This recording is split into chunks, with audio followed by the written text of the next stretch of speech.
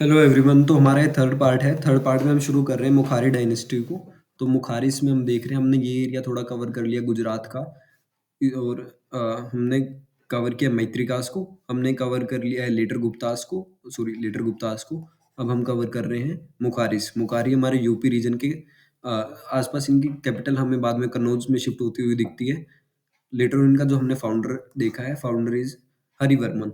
ठीक है, तो हरिवर्मन हमारा फाउंडर हो गया। कन्नौज के आसपास इनका मेन सेंटर रहेगा। यूपी के अराउंड थोड़ा ये एरिया है। ओके, देन हर थोड़ा इसमें थोड़ा डायनेस्टी का फ्लो चार्ट भी हमें थोड़ा सा देखना पड़ेगा कि किसके बाद किसका रूल आता है। ओके, तो हर हरिवर्मन के बाद आता है हमारा अद्वैत वर्मन। अद्वैत वर्मन, ठीक। अद्वैत वर्मन के बाद आता है हमारा ईश्वर वर्मन। ईश्वर वर्मन, तो ईश्वर वर्मन को इसका रियल फाउंडर बोला जाता है। The Ishwar Varman is the real founder of the मुखारी डायनेस्टी। अब इसको रियल फाउंडर बोलने का एक रीजन है क्योंकि इसने काफी अच्छा वाला एक्सपेंशन किया है। Expansion is seen through the period of Ishwar Varman. अब ईश्वर वर्मन की हम बात करें, इसका अराउंड 554 एडी के आसपास, 554 सी के आसपास का इसका रूल था। और इसमें एक इम्पोर्टेंट है, इसकी हुनों के साथ, हुन्स के खिलाफ भी क्या हुई थी, इसकी लड़ाई हुई थी और इसने उनको अपने टेरिटरी में आने से रोक दिया गया था। इससे रिलेटेड एक चीज और इम्पोर्टेंट है, एक असीरगढ़ के इंस्क्रिप्शन मिलते हैं। असीरगढ़ इंस्क्रिप्शन, ठीक। उसके अंदर कॉपर प्लेट की इंस्क्रिप्शन है असीरगढ़। उसके अंदर इसको महाराजा धीराज बोला जा रहा है। ठीक, तो ये हमारा रियल फाउंडर हो गया किसका, मुखारिस का। किसकी बातें चल रही है, मुखारिस की बात चल रही है। इस एरिया यूपी की बात चल रही है। अद्वैत वर्मन था, उसके बाद ईश्वर वर्मन आया जो इसने एक्सपेंशन किया, हुनों के खिलाफ लड़ा। असीरगढ़ इंस्क्रिप्शन में इसको महाराजा धीराज का एक टाइटल बोल सकते हैं, टाइटल दिया गया। ठीक, ईश्वर वर्मन के बाद आता है हमारा सर्ववर्मन। ठीक, अब जो सर्ववर्मन आ रहा है, इसमें एक दामोदर गुप्ता था, उसके साथ युद्ध किया और ये जीत गया। सर्ववर्मन यानी इसने भी थोड़ा एक्सपेंशन किया। एक दामोदर गुप्ता, लेट से इसका पीरियड हमारा कुछ 560 से 85 के आसपास का इसका पीरियड था।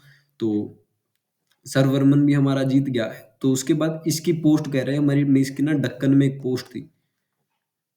निमार एक रीजन है, कह रहे हैं निमार में इसका एक आउटपोस्ट था। तो दक्कन में अगर कोई राजा चला जाता तो उसकी वैसे भी हवा बन जाती कि वो दक्कन में गया। ठीक, अगर कोई नॉर्थ का जा रहा है तो सर्ववर्मन की भी काफी ऐसी हवा बन गई थी। उसने दामोदर गुप्ता को भी हरा दिया था, निमार में अपने एक आउटपोस्ट रख दिया था। उसके बाद आता है हमारा अवंती वर्मन। कौन है, अवंती वर्मन। अब अवंती वर्मन क्यों जरूरी है, इसका पीरियड देख लें। 585 से 600 के आसपास का इसका पीरियड है। और अवंती वर्मन को भी महाराजा धीराज बोला जा रहा है। बट ये ज्यादा इंपॉर्टेंट क्यों है, क्योंकि जो अवंती वर्मन है, अवंती वर्मन ने ही कन्नौज की कैपिटल को शिफ्ट किया था। ठीक, जो अवंती वर्मन है उसने कैपिटल को शिफ्ट किया। डायरेक्ट क्वेश्चन आते हैं कई बार कि who shifted the capital of Maukharis to Kannauj, तो अवंती वर्मन। ठीक है, और एक सील मिलती है नालंदा सील, उसके अंदर भी इसका मेंशन है। ठीक है, अब इनके बाद हमारा जो सबसे जो नेक्स्ट इंपॉर्टेंट पर्सन है in this story, in this whole this Maukharis, that is Graha Varman. कौन है, ग्रह वर्मन। अब ग्रह वर्मन में ऐसा क्या खास है जो उसको इतना स्पेशल बना रहा है। 600 के आसपास का ये बंदा था। इसने शादी की थी पुष्यभूति डायनेस्टी के आसपास। ठीक, अब पुष्यभूति आप सोच रहे होंगे कि कौन सी डायनेस्टी आ गई, तो उसको हम लेटर आप हर्षवर्धन से रिलेट कर सकते हो, हर्षवर्धन वाली डायनेस्टी। ओके, तो ग्रहवर्मन में क्या इंपॉर्टेंट बातें चल रही हैं कि ग्रहवर्मन को समझने से पहले थोड़ा पुष्यभूति के बारे में देख लेते हैं। ठीक, जो पुष्यभूति डायनेस्टी थी, इसको हम कल दोबारा करेंगे। बट एक जो प्रभाकर वर्धन है उसने इसको एस्टेब्लिश किया। प्रभाकर वर्धन की वाइफ थी यशोमती, उसके 3 बच्चे थे। एक हर्षवर्धन था हमारा, एक राज्यवर्धन था, एक राज्यश्री थी।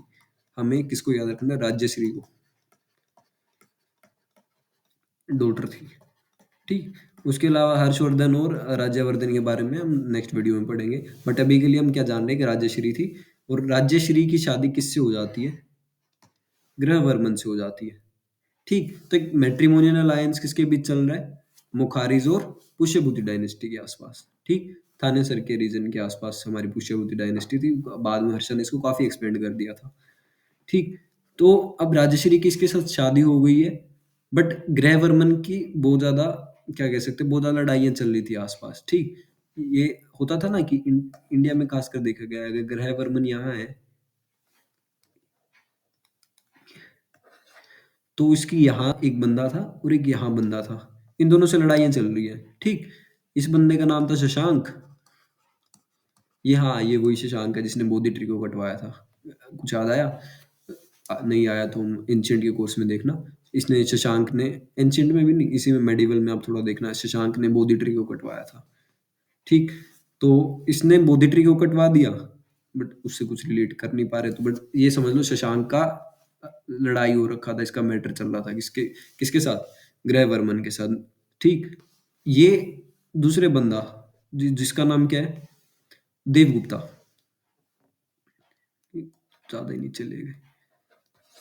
तो मालवा के रीजन के आसपास हमारा कौन था? देवगुप्ता। तो शशांक ने कहा, आजा भाई देवगुप्ता, दोनों चलते हैं और आके इसको खत्म कर देते हैं, मुखारी को। इसको देखी जाएगी भाई जो होगा। तो दोनों ने टीम अप किया। शशांक भी आ गया अपनी आर्मी लेके, देवगुप्ता भी आ गया। अब बेचारा ग्रहवर्मन अकेला रह गया। तो ग्रहवर्मन बेचारा सोचा कि क्या करें भाई, क्या करें। इतने ही सोचता इन दोनों ने अटैक कर दिया और इसको मार दिया। तो हमारी ग्रहवर्मन की कहानी खत्म।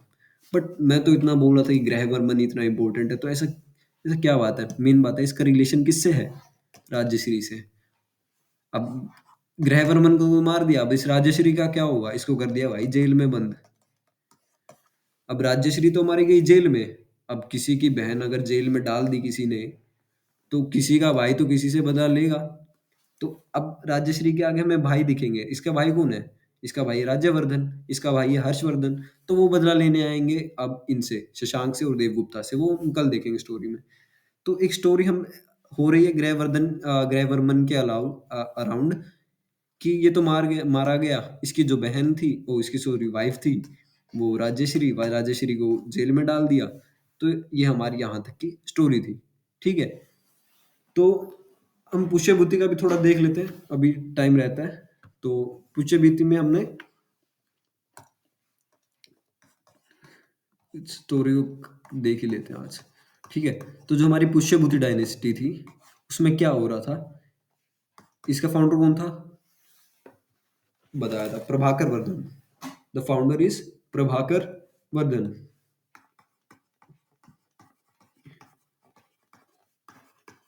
तो जो हमारा प्रभाकर वर्धन था वो तो हमारा फाउंडर था। अब प्रभाकर वर्धन की जो वाइफ थी, इसकी वाइफ थी हमारी यशोमती। जब प्रभाकर वर्धन की डेथ हुई तो इसकी वाइफ भी क्या हो गई थी? सती हो गई थी। ठीक, उसके बाद ये सीन नहीं हो रहा था इनकी डायनेस्टी में कि गद्दी पर कौन बैठेगा, कौन राजा बनेगा। वॉर ऑफ सक्सेशन जैसा इतना नहीं हुआ। हालांकि जो राज्यवर्धन था वो था बड़ा बेटा, और वही गद्दी पे गया after the death of his father. But side में कौन था? हमारा हर्षवर्धन। ठीक, तीसरी कौन थी हमारी भाई स्टोरी में? राज्यश्री। ठीक, ये हमारी पड़ी है प्रिजन, ये कर रखी है जेल। ठीक, तो अब पुष्य भी थे हमारे, हमने देख लिया ये थानेसर के रीजन के आसपास, मॉडर्न डे कुरुक्षेत्र के आसपास थे। तो राजश्री प्रिजन में है, तो अब राज्यवर्धन को बना दिया गया राजा। अब ये राजा बन गया तो इसकी बहन जेल में पड़ी और ये राजगद्दी पे है। तो ये सबसे पहले क्या करेगा? ये बदला लेगा शशांक से। ये किसके अराउंड आ जाएगा? शशांक। शशांक कहाँ का था? गोड का था। ठीक, तो राज्यवर्धन किससे लड़ाई करता है? शशांक से करता है और देवगुप्ता से। हालांकि राज्यवर्धन भी वेरी गुड फाइटर, इसने देवगुप्ता को मार दिया। राज्यवर्धन ने देवगुप्ता को मार दिया, बट शशांक ने धोखे से, व्हाट डिड शशांक डिड, उसने राज्यवर्धन को मार दिया। ठीक, अब राज्यवर्धन हमारा, ये तो भाई डेड हो गया, सॉरी, मतलब ये तो अब युद्ध में हो चुका है हमारा, डाई डाई बोल सकते हैं। Okay, he died in the battle. तो उसके बाद गद्दी किसके पास आएगी? बड़ा छोटे भाई हर्षवर्धन के पास। तो अब हर्षवर्धन के पास गद्दी आ गई, तो हर्षवर्धन भी अब क्या करेगा? भाई का, बहन का, सबका बदला कौन लेगा अब? हर्षवर्धन ही लेगा। तो हर्षवर्धन क्या कर रहा है? शशांक को हरा देता है। ठीक है। तो शशांक को हरा देता है, देवगुप्ता हमारा वैसे मारा जाता है, इसको राज्यवर्धन मार देता है। राज्यवर्धन शशांक राज्यवर्धन को मार देता है, जिसकी वजह से हर्षवर्धन आ जाता है। हर्षवर्धन फिर शशांक को हरा देता है। ठीक है। तो एक ये हमारी स्टोरी चल ही रही है कि how this is going on. तो ये हमारा पुष्यभूति डायनेस्टी के बारे में हो गया। तो उसके बाद हम जो हमारा नेक्स्ट टॉपिक होगा दैट विल बी हर्षवर्धन। ठीक। तो हर्ष के बारे में हम थोड़ा जानेंगे। हर्ष की क्या-क्या हॉबीज़ थी। हालाँकि मैं बस बता देता हूँ कि आर्ट, आर्किटेक्चर में, पोएट्री में, ड्रामास लिखने में, इन सब में ज़्यादा इंटरेस्टेड था। आर्किटेक्चर में भी इसका काफ़ी इंटरेस्ट था। बट जैसे क्योंकि इसको राजगद्दी का इतना लालच नहीं था, बट अब जो कि उसका भाई he died in the battle, तो वॉर में उसका भाई मर गया, तो उसको गद्दी पे आना पड़ा एंड ही परफॉर्म्ड वेरी। और इसको जो हर्षवर्धन है, इसको लास्ट ग्रेट हिंदू किंग भी बोला जाता है। Although controversial, but most of the historian है वो एग्री करेंगे Harsha is the last great Hindu king. ठीक है। तो ये हमने एक स्टोरी देख ली पुष्यभूति डायनेस्टी की, मुखारिज की, कि क्या क्या रिवॉल्व अराउंड हुआ, हमने देख लिया। ये हरियाणा का थानेसर के आसपास। ठीक है। ठीक है, हमने डिफरेंट डिफरेंट हरिवर्मन, अद्वैत वर्मन, ईश्वर वर्मन के बारे में देखा, दामोदर गुप्ता के बारे में थोड़ा देखा कि इसको सर्ववर्मन ने हरा दिया था। उसके बाद अवंती वर्मन के बारे में देखा, नालंदा सील के ऊपर इसका नाम था। उसके बाद हमने ग्रहवर्मन की स्टोरी देखी जो कि काफ़ी इंटरेस्टिंग थी, क्योंकि उसका रिश्ता किसके साथ था? पुष्यभूतिस के साथ था। पुष्यभूतिस में हमारे हर्षवर्धन, राज्यवर्धन और राजश्री थे।